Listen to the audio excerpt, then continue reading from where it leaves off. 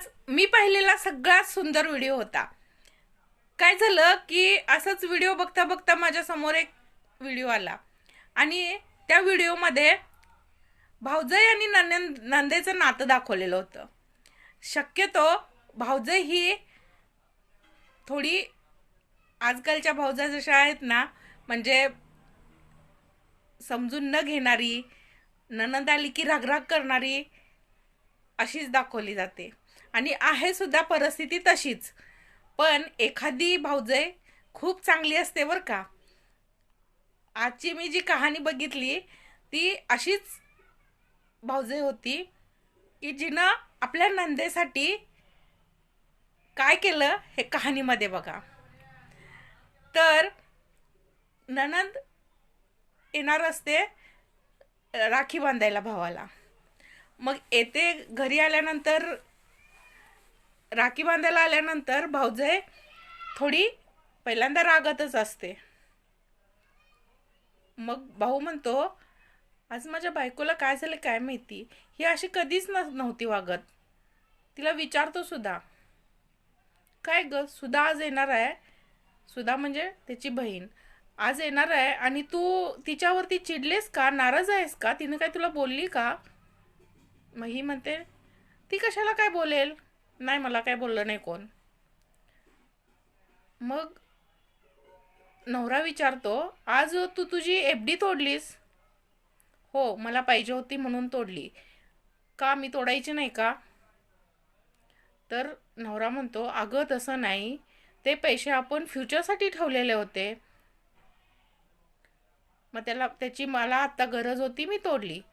मग कशासाठी तोडलीस ते तर सांग, मी आता ते सांगू शकत नाही। मग नवरा शांत बसतो। ननंद आल्यानंतर नंदेशी सुद्धा असं तुटकपणेच वागते। नवऱ्याला जरा विचित्र वाटतं की आपल्या बायकोला काय झालंय, नेहमी आपल्या नंदेशी चांगली वागणारी आज अशी का वागा लागले, त्याला कळतच नाही। असंच थोडा वेळ गेल्यानंतर राखी वगैरे बांधून होते, बांधून झाल्यानंतर नंदेशी सुद्धा असं तुटकपणे वागल्यानंतर नंदेला पण थोडंसं अवघडल्यासारखं होते। ती म्हणते, वहिनी काय झालंय तुला, अशी का वागा लागलीस तू परक्यासारखी? मग भाऊजाई म्हणते, तुम्ही कुठं आम्हाला आपलं समजताय? मग ननंद म्हणते, असं काही नाही वहिनी, मी तुम्हाला आपलंच समजते आणि तुला आज असं काय झालंय, काय केलंय, मी काय चुकले का, असं म्हणत असते। तोपर्यंत राखी बांधून होते आणि भाऊजाई म्हणते, थांबा, आज जाऊन कसली तरी फाईल घेऊन येते। फाईल घेऊन येते आणि नंदेच्या हातात ठेवते, हे तुमचं गिफ्ट। ननंद थोडंसं आश्चर्यानं बघते, काय आहे या फाईलीत? ती म्हणते, उघडून बघा। उघडून बघतात तर ते नंदेच्या घराचे पेपर्स असतात। ननंद म्हणते, हे तुमच्याकडे कसं काय आलं वहिनी?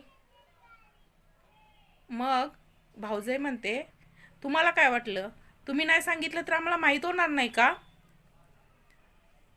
मग नवऱ्याला सांगते की ह्या लोकांना बिझनेसमध्ये खूप जास्त नुकसान झालंय आणि ह्यांनी दोघांनी आपलं सगळं घाणवत ठेवलंय।